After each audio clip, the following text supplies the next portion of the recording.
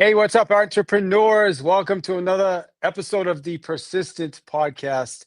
And today we're with Marcela Oakley from the Black Swan Group. How are you, Marcela?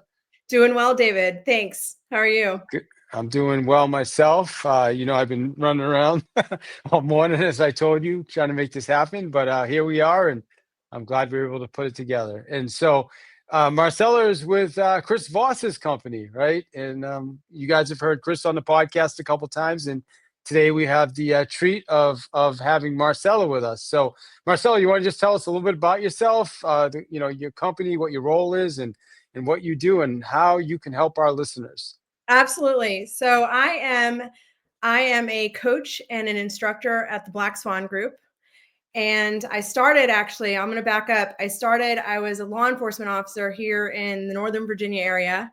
I was a patrol officer, turned that into being a detective. I worked specifically with SVU victims, specifically children who have been, are in a difficult position in their families. And so I was trained as a forensic interviewer of children who have been victims of sexual assault. And I was a hostage negotiator working under Derek Gaunt. He was my lieutenant. Derek is also a coach. Many people who follow the Black Swan Group know Derek Gaunt. He was my mentor. I've known him since I was probably early 20s, joined the team, and left after about 14 years in law enforcement to pursue a career in real estate. A couple years into that, I got a call from Derek asking if I'd join the Black Swan team. It's one of those, you have an opportunity in front of you when you get a call like that. It's just like, how could you say no to join the Black Swan team and be surrounded by such amazing people who just are doing great things in the world? So that is how I landed being here with the Black Swan Group. I also run a real estate team. It's a tiny team with my husband here in the DMV area. And so I've got boots on the ground in both places, and I love it. Super cool. It's funny. I did not realize you were still in real estate. So my wife and I, beyond, the teaching, coaching, consulting I do on sales and marketing, we own a real estate brokerage. And so small, my wife, myself, and we have two other agents right now. So yeah, it's cool. That says a lot about Yeah. the strength of your relationship. Well, yeah, it's we have rules, right? When it comes to that, but it's interesting though that you stayed with the real estate. What do you love about the real estate? Is it the negotiation part? Like, what's your favorite part about the real estate business? Hands down, the negotiation part. My husband and I, so Will was a detective. He was a homicide detective, and we went from dealing with crisis to, as you well know, dealing with crisis. Yeah. And dealing with very personal matters. And so when you're in real estate for as long as I've been in, since 2013, you either stay because you love something about it, or you leave because it's very stressful. My heart goes out to everybody in this industry, because there are crises all the time in real estate. And well, they're not real crises. I mean, I guess technically they could. They're not. I mean, technically they're not crisis, right? Like, crisis is like what Chris Voss deals with, and you deal with it as an SVU, right? Cop, but people think they're crises because there's money on the line and there's things like that, right? Yeah, well, and that's what really matters. And that's what I love about negotiating, is it's about walking over to the other side of the street and standing next to someone and saying, we've been through, particularly if you've been in real estate for a while, you go through these transactions, you're very comfortable with the ups and downs and the flows of what might happen in real estate. But we forget sometimes that this is a very emotional process. Mm. And crisis to us, it doesn't matter what it is to us. It matters that to them, they're looking at this world and the world looks like it's crumbling to them. And it's also very strongly connected to often something that is emotionally impactful to them. So they've raised their kids in this home, or, this means the make or break for wherever they're going. And that's what I love about it, is that it forces you to be better at listening and better at understanding people and seeing the world from where they are standing. And so it pushes me to be better and really Mm. level up if I want to be my best. Yeah, great. Thanks for sharing that perspective. You're absolutely right because it really is about them and what they're experiencing. So you're 100% right on. So thanks for that. So we're gonna start with black swan conversations. So talk to us. What is a black swan conversation and why is it so important in a negotiation? So a black swan conversation is really all about listening. And it's such a skill it's a skill that's really overlooked in this world. Even outside of real estate, people at their best, even good listeners, are really underperforming at 60%. And so if you're negotiating, you really should be listening at a higher level. And when we infuse tactical empathy into negotiation, we are forcing ourselves, we're being attuned to how well we're listening.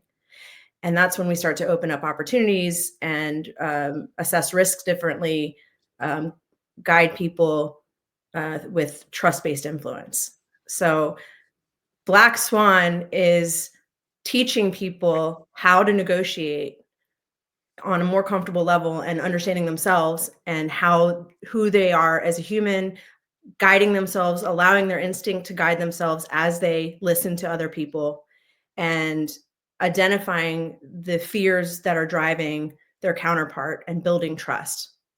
Because anytime we want or need something, we're in a negotiation. Mm. So I want to go back to the listening because you mentioned 60%. Why did you mention 60%? Is that like a average or something, or what Yeah, is it about 60? it's an average. Actually, we have, I would say, like a stair step of listening. And we realize that most people are listening at the bottom the two rings of listening, which is listening intermittently. You've got, think of your, I'm going to I'm going to probably sound like I'm assuming too much of you. If you have kids, think Yeah. of think of how you listen to your kids when you're busy and you're working and your kid is sitting there talking to you and you're like, yeah, okay. Oh, that's nice. That's intermittent listening. It's just when you're busy, you're getting things done. You want to kind of sound like you're engaged, but you're not really listening. It's intermittent listening. And then there's the listening to the next level up is listening to rebut. And we find ourselves there often, particularly in real estate, where we're ready for the objection. We're ready with the answer. Mm. You're thinking this, but that's listening to rebut. So you might be listening. You may think that you're listening, but you're not really listening. And we want you to engage in level 3 or higher, which is listening for logic and thinking to yourself, why does this make sense to them? Okay. So let me ask you, what percentage would you say intermittent? Like when you said 60, what's intermittent? Is that like 60 or below? Is that below 60? And then what is the rebut percentage? Oh, I couldn't tell you. I would be throwing Just numbers. I'm probably going to sound like I'd be just throwing numbers out at you. yeah, we're not going to hold you to the exact number, but just kind of a guesstimate, just so we can give our listeners kind of an idea. Like this is how good you. I hate to say it, but some of us are better than others, right? Yeah. So would you be against me using myself as an example? That way I can. No, I love. Yeah, I love. Yeah, that's perfect. So I'm an assertive, and we have negotiator personality types that we talked about here at the Black Swan group. And I can, when I'm not doing well, when I'm having a bad listening day, I probably am listening at higher levels at like 30%. Wow. So I have to be really aware of myself as an assertive when I'm having one of those bad listening days, when I'm not really in tune with my job and what I really should be doing, which is being the best negotiator. Being aware of that has helped me be better at listening and engage in that more often. And, knowing that when I'm at my seat at work, that's what I really need to be doing. And I'm better at that now that I'm older. But if you don't get those reps in and you don't engage in listening on a constant basis, you're more likely to pull out of, not be really aware of the fact that you're not listening when you really should be. So it's like learning a new language. Listening at higher levels is like learning a new language. And when you start to do it and engage in it, you realize two things. one, how effective it actually is in building relationships and being and in allowing you to work through crisis, and two, how much you need to do it. You realize, okay, this is so effective that I should be doing this all the time. I shouldn't only just be doing this when I have that deal that I think is on the line or it's a big deal. I should be doing this when I'm at the hair salon and I'm talking to my stylist and I want to get to know her better. And now I know all these amazing things about the person that does my hair every, couple months, which is might turn into a deal later. You never know. Or it's just a better relationship, which there's a lot of value in that. I love it. Talk to us about, well, I want to go back to this because this is a great topic. The listening part, you said an assertive though. Give us some examples of why being an assertive would maybe hurt somebody in the listening area. Okay, so assertive people are blunt and to the point. And when we like time is of the essence to us. Time matters to us. And we feel that we're doing a good job when we're goal objective and we're giving you the information. Sometimes we can be, we sound blunt and we can be pushy. And we're also on the scale of assertives, when we're at our worst, and not all of us are this way, not just because you're an assertive doesn't mean that you have these negative traits. But when we're talking about assertives on a scale, when we're on our worst days, we can come across as like the really mean people. And those are the ones that use manipulation as tactics, the yelling, the pressure, manipulative negotiation techniques where it's like, you will do this. I'm not going to, that's an assertive on their worst day. And that's also an assertive. If you want to understand an assertive and you're negotiating with an assertive, we're like an onion, right? We want to be heard and we want to be respected. So an easy way to work through an assertive, a bad day with an assertive is to just label what they're feeling, articulate to them, because that's what tactical empathy is. It is removing yourself as a threat to the other person. It is a strategic way to use intuition, essentially, right? And so knowing that I'm an assertive, if I'm triggered and I know myself intuitively and I feel that I'm triggered, I know that if I open my mouth emotionally, that I'm likely going to regret what I say. And that I can be more influential if I push towards black swan techniques. That'll help me through whatever situation that's triggered me. So I can use an example if that would be helpful. Yeah, I was going to say, can you give us an example? It's going to be my next question. Okay, 100%. so Yeah. this is a personal example, but it does illustrate this well. So I have a little child that has a special condition, right? And she's doing great, thank God. Like she's doing amazing. She's Amen. older now, amen, right? But at the time she was born, she has cystic fibrosis. So at the time she was born, the nurse came in and she's like, "Hey, look, we're bringing a helicopter because we need to take her to Children's, and there's a possibility that she has CF." The next thing she said to me was, "It's going to be okay." Oh, I'm crying. I'm a young mom. I'm 34 years old at the time. And what she didn't know is that I had a background in CF. So the thought of CF was really overwhelming to me at the time. I was very afraid of what that meant for my child. She was trying to make me feel better by telling me it was going to be okay. And what do you think I did as an assertive? Don't tell me what to. I'm guessing that's what you How dare did. you tell me it's going to be okay? Yeah. Do you have children? How would you feel if someone told you on the day that your child was born that she had this special condition that was, life-threatening? You think that's okay? It's not okay. And she started to cry. That did not help my position as a parent, which of course, parenting in itself, you learn a lot. But it didn't help my position and it didn't help her. And so one of the things that I've learned since, and I've actually engaged in the medical community, in advocating for her, is if I'm triggered and I'm afraid, I need to realize I need to articulate that to myself internally, labeling myself. You're really afraid right now. you're feeling nervous about what this news could mean. And then I'll engage in the skill set instead. I'll summarize often. So it sounds like, so far what you've said is X and how you feel this way about that. And then I'm finding as a parent or as a negotiator, if I, as a real estate agent, that my fear of loss isn't driving the negotiation.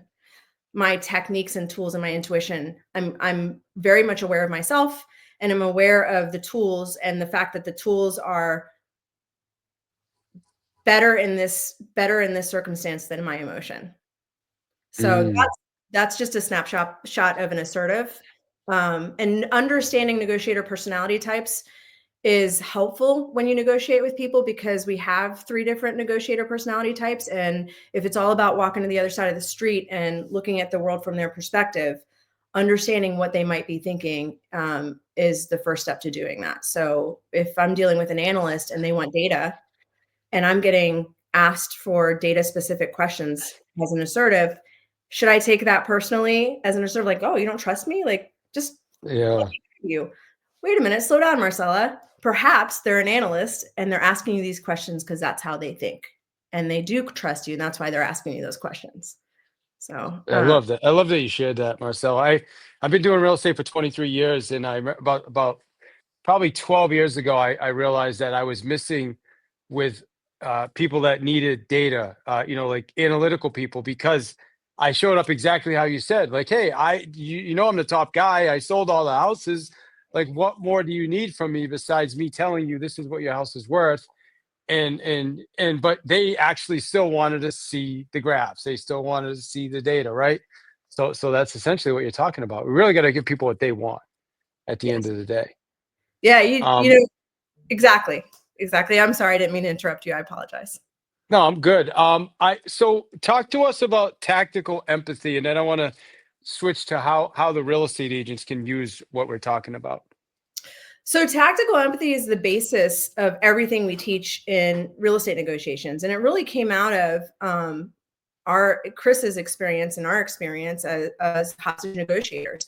We realized very quickly when you get on the phone with someone that logic and reason isn't moving them. When you have a hostage barricade, you would think, why don't they just tell the guy to come out? This is going to end terribly, right? Well, he's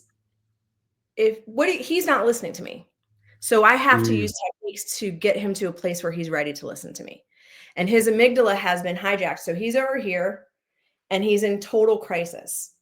And we can equate this, if you want to real estate or to any negotiation. If the other side is protecting something, they're not listening to your logic and reason. And so we need to do something to reduce the crisis and get them to a better spot where they're able to then think through the problem. And the only way to do that is to apply tactical empathy, which is trusting your gut and then articulating what you're sensing. What is the other side feeling? What are the dynamics that they're dealing with? Label those things. You can use mirrors. We have tons of skills that you can infuse into the conversation to gain trust with the other side and ensure that they know that they're being heard. Because you can listen, but if you don't articulate and show them that you're listening to them, then they don't really know that you're listening. So an example of that would be essentially telling somebody, give us an example. Show me, and can you give us an example of what that looks like in a conversation? Yeah. So, David, so far you've told me that you've had a really busy day today. You've got so much going on. You had your tire, you had to fix your tire in your car, and you have, that was probably really anxiety provoking for you. And then you had to you have this equipment that you normally use, but you're making it work no matter what. And, as a result, I would infuse more points. I'm just trying to make it smaller, the summary smaller. I would infuse more points, like at least 9 points. And as a result, you feel like you're, probably a little stressed, but ready to have this conversation and glad you're at a space where you can kind of relax and just listen and have this conversation. Yeah, absolutely. Yeah, 100%. So what? No, so by doing that, what are you're essentially what? Like just calming me down, letting me know you understand me? Like, what is that ultimately doing? I'm articulating what you've already told me. How often have you talked to somebody, or we talk to people, and we feel that even though we've said things, that they're not really listening to them? That they're not really listening to us, excuse me. It happens more often than you think, or they're actually not really listening. Their goal is in mind, and they're driving us, and they're kind of listening to us, but they're not really listening to us. They don't really see us. And so when we infuse tactical empathy, we are showing them, I'm fully engaged with you. I'm here, I'm all ears, and I'm really taking in what you have to say, and it matters to me. And the way that I'm doing that is by engaging in the different skill sets. So what I did with you was a summary, where we take, 9 or more points, that we've learned from the other side. And the way that we articulate a summary is we say, so far you've told me, and then we add in how they feel about it. As a result, you feel. It's a great way to start a meeting. It's a great way to clarify, when you've had meetings, and you can kind of round everybody together. And then it allows people to clarify. If you've summarized, so far you've told me, as a result, you feel, you can clarify that to me. Actually, no, Marcella, there wasn't a lot of anxiety there. It was just I deal with this a lot, stress a lot. So I'm really used to it. That is more information for me. And I just gained more insight into your world, which can only help me, especially if I'm trying to guide you. Mm. Yeah, I love it. Smart. Um, and yeah, I think all of us could do a better job. I am like you. I'm a driver. I'm a high D on the disc assessment. And so yeah, I want to keep moving sometimes. Sometimes I move too fast. And so this kind of helps me slow down. So let me, and I want to do get into some of the real estate tactics and stuff. I am curious though, like, because uh, I'm trying to think how to ask this question. Like, I'll think of myself, and sometimes I think I'm a good listener. Like in my mind, I'm like, yeah, I'm actually a really good listener. But then like my wife will be like, you're just actually not a good listener. And I'm like, so and I'm guessing there's other people like that. Like I've come a long way, don't get me wrong, but I want to get better, right? So even what happened with me today, to me, this is an opportunity to get better, right? I dealt with some stuff. Flew back to my office. I got here. I got set up, right? Like those are the things. Like, okay, I just expanded the comfort zone a little bit, right? So, what are some ways we can do that in listening for some of us that may think we kind of figured it out, but I feel like we could still get better? Just first of all, you are very goal oriented. I could, just by the way that you've articulated that, it's clear that you care about, like, okay, I've taken this situation. It's tough, but there's a reason for this. What do I do with that? Um, Yeah. so what you do is you really get in those small stakes practices, because you're going to get better. You don't want to wait until that sensitive conversation to get better. Get better as often as you can. Get your reps in as often as you can, so that when you really need it, you're relying on the tools as opposed to hoping the tools work. So and family's hard, because it's funny, we show this video with the Black Swan group. I don't know if you've seen it, of the woman with the nail in her head, and she's I've like, seen, yeah, yeah, yeah. yeah, I saw a long time ago. Yeah. yeah. So we put our guard down with our family, and we're less in tune sometimes, because we go home and we expect more from our family members. We're like, you should know me already. Like, what are you talking? Why aren't you listening to me? When really the other person's coming home after a long day, and it's probably 6 o'clock at night. Everybody's had tough days, and it's like the lowest time frame for us to be really listening to each other. So there are there's that there as well. And we just have another Mm. comfort level. So we're not as in tune sometimes as we think we are. One of the best tools that I go to all the time is a label. Label how the other person is feeling. And the biggest part of a label is articulating what you sense, right? People sense we sense things all the time. You may have been sensing whatever in that conversation with your wife, and you probably were on the mark. But stopping before you articulate it to her, was what led her to believe that you weren't listening. So slowing down our conversation, Mm. Smooth is fast. That's a saying that we used to say in the police world. Slowing down our conversations and infusing them with labels and mirrors and things like that will help the other person will help you show the other person that you're actually listening, which then opens them up to giving you more information and connecting with you further. Mm, I love it. I want to go to a question related to a real estate agent, like when it comes to negotiations and leverage. I mean, are you a believer in one side has more leverage than the other when it comes to a negotiation? So that's where I get that's the part of negotiation that I love the most, because when you start thinking about leverage, like I have more, this is a no-brainer, like this person has more leverage over the other. What are you missing? We've got to be missing something. What's really driving the other person?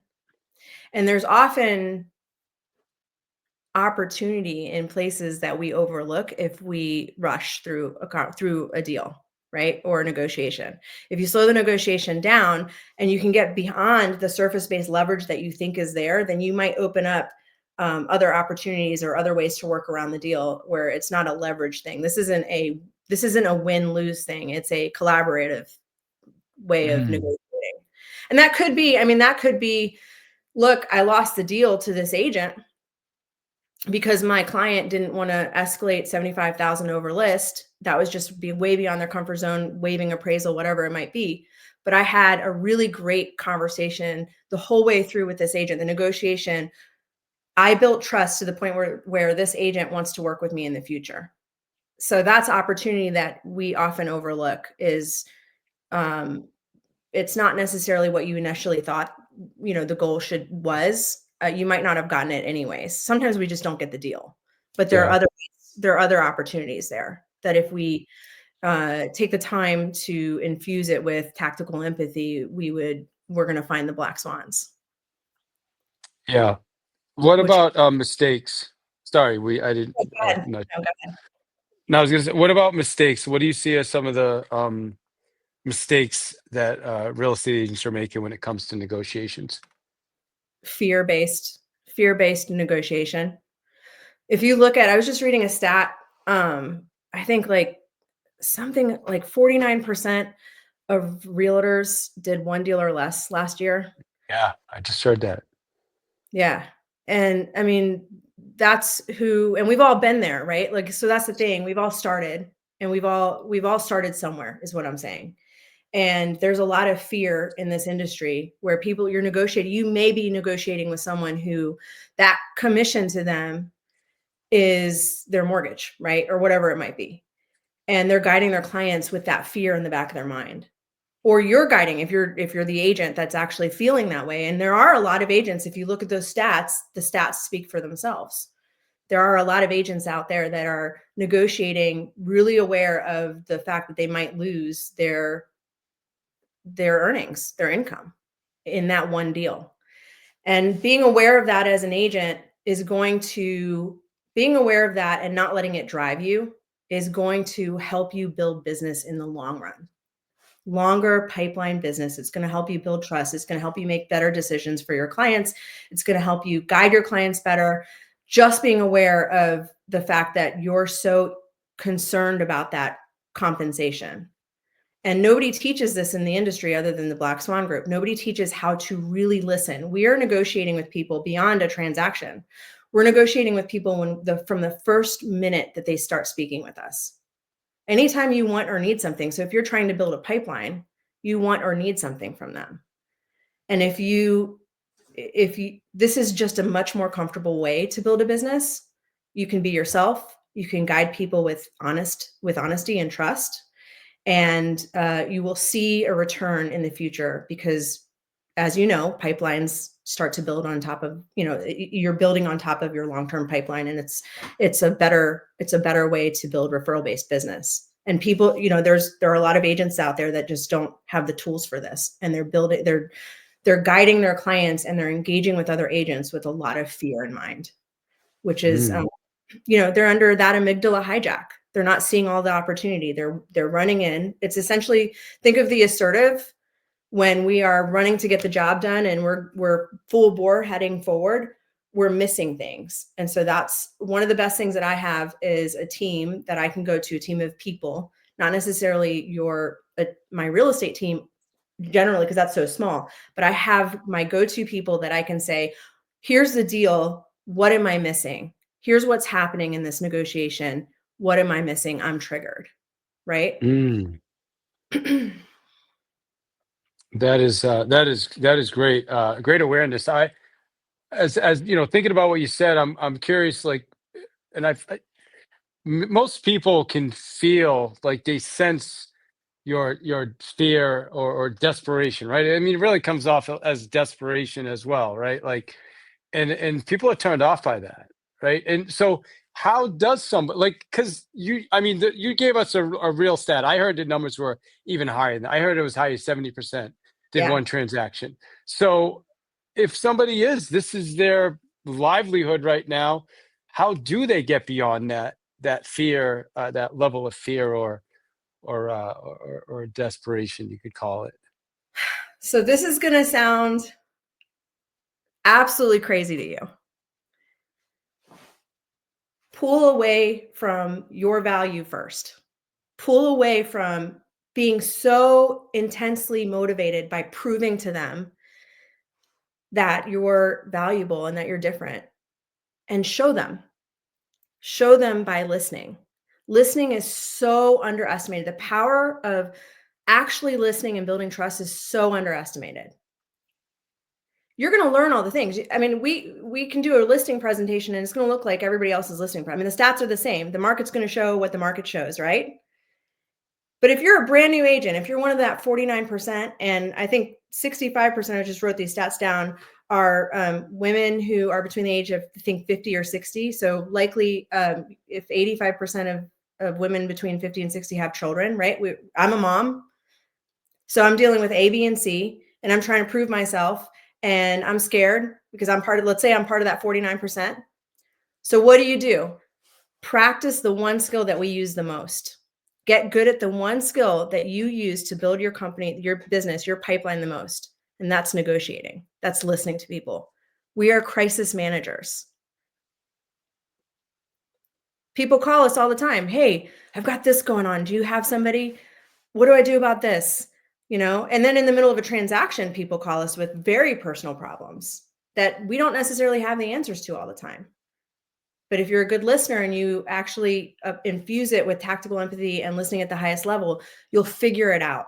And you'll figure it out with trust intact, as opposed to pushing someone through a deal. They're going to trust you. Even if the deal wasn't a comfortable deal for them, just because of the circumstances, they'll say, you know what?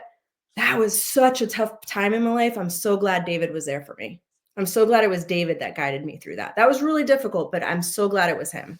I'll never refer anybody else. Mm. And it's a more comfortable way to do business because it's authentic. You get to be yourself and you get to authentically learn who the other person is and what their pain points are, what they're afraid of. I love it. So what I learned about you is you pause, and sometimes I jump in, and I tend to do that. Like I've learned over the years to give a little bit more time, but I noticed a couple times you weren't done. So on that last one, I waited You're to make sure great. you were done speaking. So, well, it's just an awareness. It's the same thing you guys do, right? This is what you guys teach people. So, listen, Chris Voss, he was on my podcast. It's got to be, man, when did he write his Never Split the Difference? 2017? I can't remember. I think it was. And then I could look at the book that. Yeah. So, and we had a conversation. You can go back to listen to the episode. And literally, I had this seller that would not give me a price reduction. Like, she was fighting it. And I think Chris said to me, he said, first, label. And then I did. And then he said, just ask her, right? Do you want to fail at selling this house? And I was like, what? Like, am I really going to ask her that? And how did that make you feel when you, I'm sorry, I interrupted. Yeah.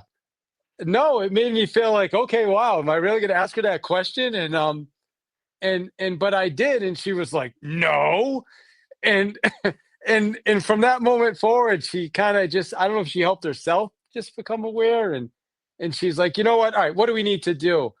And but yeah, but I just always remember that story. I shared it on the podcast as well. So I know that came out of nowhere, but I just appreciate you being here. Oh, thank you. Well, you And know what? Thank you for sharing that because it was a great illustration of overcoming. When you said, what's the worst thing people are doing in real estate? Oh, you overcame a tiny fear. I mean, you're good at what you do. It's obvious. You overcame your initial knee jerk fear and trusted your own gut and was like, you went for it and it worked. And so it's a game changer. And people, it's a game changer and it's a life changer because you'll start to use it in business because that's where the delta is different. It's like a numbers thing there, and you think that matters, but when you start using it in your personal life, that's when it really matters, and that's when you see real change as well, because it's gonna build healthier families, stronger relationships. It's great. It's awesome. Thank well, you for being a fan of Chris's. oh, absolutely. Yeah, 100%. I want to get him on again as well, but I'm grateful that you joined us today. I think this was an amazing conversation for our listeners. Tell us the best way to get in touch with you or Black Swan, and also you guys have an event coming up, so I'd love you to talk a little bit about that. Absolutely. Well, you can get a hold of me through the Black Swan Group. And we have a wonderful event coming up in Louisville this actually next month in March. It's a great opportunity. You're going to see the whole team together, which is rare. So if you want to see the different personalities of the Black Swan Group and learn from those different personalities, it's a great opportunity to do so. We also actually have a real estate course that we're rolling out tactical empathy in real estate. Check out our website for all of that, and a great newsletter as well. So thank you for that. Absolutely. So the real estate course, is that going to be a live course or is that an online course? It's live online, so it'll be twice a week with Derek and I. Oh, that's cool. All right, awesome. I want to have to take a look at that myself. And then as far as like, let's give our listeners one final tip. We're wrapping up, but what's like somebody that just listened to this, what's something that they can do to kind of get better at this? If maybe they invest a couple minutes every single day to do one thing, what would you suggest that be? Ask yourself at the end of the day think about the conversations that you had that day and ask yourself what level of listening. You can look it up actually through the Black Swan Group. What level of listening was I at today? Did I do my best? And can I up my game tomorrow? Because if we do better, we can always do better the next day. We're going to make mistakes. Try not to make the same mistakes again, and trust your gut.